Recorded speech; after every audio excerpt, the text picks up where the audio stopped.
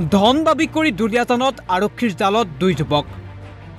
জাতীয় সংগঠনৰ নামত ব্যৱসায়িক ভাবুকি বীৰ লাচিত সেনা নামৰ সংগঠনটোৰ নামত দুলীয়াজানৰ একাংশ ব্যৱসায়িক ধন দাবী কৰি ৰঙাঘৰৰ আলহী হ'ল এই দুই যুৱক বীৰ লাচিত সেনাৰ নামত দুলীয়াজানৰ BN সিং নামৰ পেট্ৰল পাম্পটোত ধন দাবী কৰিছিল ধৃত যুৱকটোৱে ডিব্ৰুগড়ৰ চাবুৱা মৰিচা গাঁৱৰ ৰাজীৱ দাস আৰু একে গাঁৱৰে মৃত্যুপৱন দাস নামৰ এই দুজন যুৱকে ধন দাবী কৰিছিল বুলি জানিব পৰা গৈছে যুৱকটোৱে বীৰ লাচিত সেনাৰ নামত ধন দাবী কৰাৰ সম্ভেদ পাই দুলীয়াজান আৰক্ষী থানাত এজাহাৰ দাখিল কৰিছিল সংগঠনটোৰ স্থানীয় নেতৃত্বই বা ভুৱা ব্যক্তি কেইজনমানে আহি বীৰ লাচিত সেনাৰ নামত চান্দা তুলি যাব বিচাৰিছে তেনেকৈ আমি BN সিং পেট্ৰল ডিপোত আমি